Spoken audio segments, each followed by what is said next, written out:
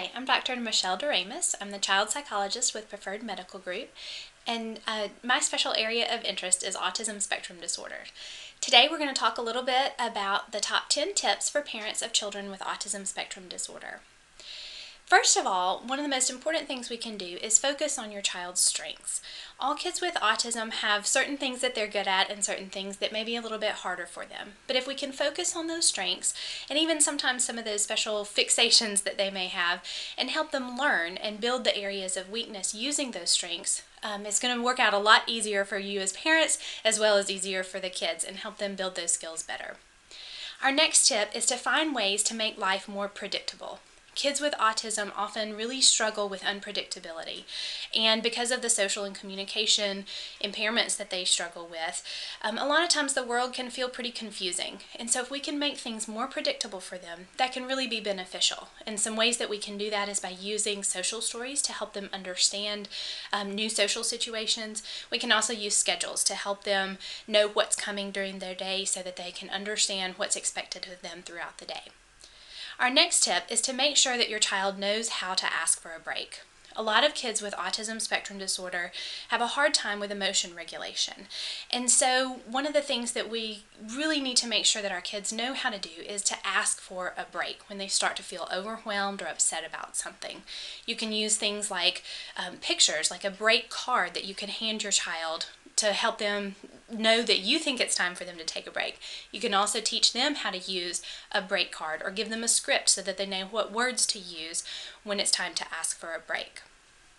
Our next tip is to have a calm down plan. So once you take that break, what do you need to do during the break to help your child calm down? And this could be any number of different things, and it's probably should be very specific to your child. So what helps your child calm down when they're starting to feel upset? It might be some relaxation exercises, it might be coping statements, maybe taking deep breaths, maybe it's doing a fun, relaxing activity for just a few minutes, maybe listening to music or doing a puzzle. Maybe it's engaging in one of those repetitive kinds of behaviors that's actually relaxing to your child, like playing with string, or maybe just taking a few minutes to pace in a circle. Whatever works for your child, make sure that you have a plan and that you rehearse that plan when your child is calm so that when those moments of frustration happen and they need to take a break, they know what to do. Our next tip is to understand that theory of mind is impaired in individuals with autism spectrum disorder. Theory of mind is the ability to recognize that other people have different thoughts, feelings, and beliefs than you do. And we know that kids with autism really have a hard time with this. So it's that ability to take another person's perspective. We see this show up in problems with empathy, kind of putting yourself in another person's shoes and recognizing how another person feels or what another person might be thinking in that situation. Once you understand that this is a core impairment in a lot of kids with autism, it really can help you think about those moments that where your child may seem like they're being rude or be having a hard time. It can help you think about it as a teachable moment, that we really need to take the time to slow down and help kids understand that other people aren't thinking the same things they are. They don't know the same set of information that you know, and really helping them understand that can make life a lot easier. Another tip that we have is to consider whether your child's challenging behavior could be related to those symptoms of autism spectrum disorder. We know that kids with autism spectrum have a hard time with social communication skills. They engage in repetitive behaviors, and this can often cause some pretty significant behavioral problems sometimes. But rather than jump to the conclusion of, oh, my child is lazy, my child is acting out on purpose, my child's just pushing my buttons, or my child is being mean to other kids, maybe take a step back and see if perhaps some of that challenging behavior is related to some of the symptoms of autism spectrum disorder. So you can think about it kind of like an iceberg where the challenging behavior is what we see that's above the water, but it's what's below, what's underneath that really makes the difference. And when we think about it in that way, then we can come at that challenging behavior instead of from a perspective of punishment, really come at it from a perspective of what do we need to teach the child in this situation to help them be more successful next time and manage that challenging behavior better. Our next tip is that consistency really is key. So when you're thinking about those challenging behaviors, whatever approach you decide to take, whether it's to teach a new skill or to try to manage a challenging behavior through restrictions or punishments, it's really important to be consistent. All kids learn best when they have consistent rules and consistent consequences, both positive and negative consequences for a specific behavior. This is especially important for children with autism spectrum disorder.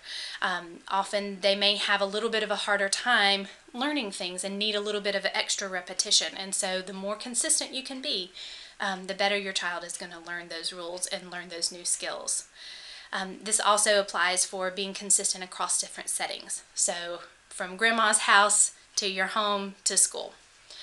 Our next tip is to follow through. So again, if you're going to implement some kind of a consequence, whether it's a reward or a punishment, it's important to follow through if you say that you're going to do it. This helps kids learn trust. It also helps build those behavioral skills faster if you're consistent and you follow through every time that you say that you're going to. Our next tip is to help kids generalize their skills. We know that kids with autism spectrum disorder often have a hard time generalizing their skills from one setting to another. This can make it kind of hard to predict what a child might do in a specific situation. But it's important to make sure that you're practicing new skills across different settings. So just because your child knows how to greet his teacher at school does not mean that he automatically knows how to greet the person at church. So it's really important to practice across those different settings to help your child generalize. Our final tip is to take care of yourself. We know that autism spectrum disorder is a very stressful disorder for families to deal with. Divorce rates are higher in families who have a child with autism spectrum disorder. Rates of anxiety and depression in parents are higher in families where there's a child with autism spectrum disorder. But we know that if you take care of yourself, you're going to be a better parent to your child. So it's really important to take the time to make sure that you're taking care of yourself emotionally, physically, socially.